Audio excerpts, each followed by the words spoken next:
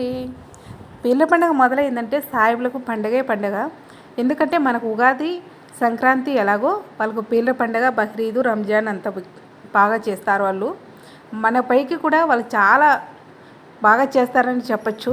చాలా ఆర్భాటంగా చేసుకుంటారు. అయితే ఫ్రెండ్స్, ఈ ఉగాది, సంక్రాంతి ఎలా చేస్తామో మేము పీర్ల పండుగ కూడా మా ఇంట్లో అలాగే నిర్వహిస్తాము. పైగా ఇంకా నిష్ట నియమాలు ఎక్కువగా పాటిస్తామన్నమాట. పండగ మొదలైందంటే ఇంట్లో నాన్ వెజ్ అస్సలు వంటరు మా అమ్మ ఇంట్లో నాన్ వెజ్ అస్సలు వంటరు. మా నాన్నగారు అయితే ఉదయం తిన్న ఫుడ్డు మళ్ళీ మధ్యాహ్నం తీసుకోడు. అంటే 3 పూట్ల నిండుగుండ అన్నమే తీసుకుంటాడు. నిండుగుండ అన్నమే తీసుకొని నాన్ వెజ్ ముట్టడు. అలాగే పొద్దున సాయంత్రం స్నానం ఆచరిస్తూ చాలా నిష్ఠగా ఉంటాడనమాట. కాళ్ళకి చెప్పులు వేసుకోకుండా ఆయన పండగ అయిపోయేంత వరకు చాలా నియమాలు పాటిస్తారు. పండగ రోజు అయితే ఇంకా బాస్కాలు ఆర్డర్ పెట్టుకొని నిండుగుండ నైజ్యం ఉండి బాస్కం నైజ్యం మంది ముందు ఎక్కాక తర్వాత తొలి కార్యక్రమాలు మా అయితే చేస్తారు.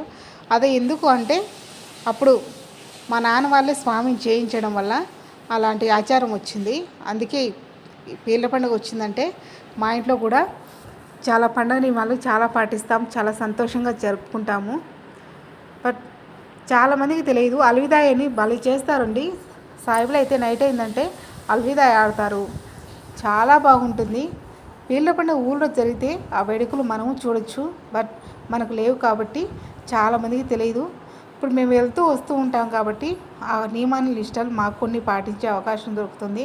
దానికి నేనైతే చాలా సంతోషిస్తున్నాను.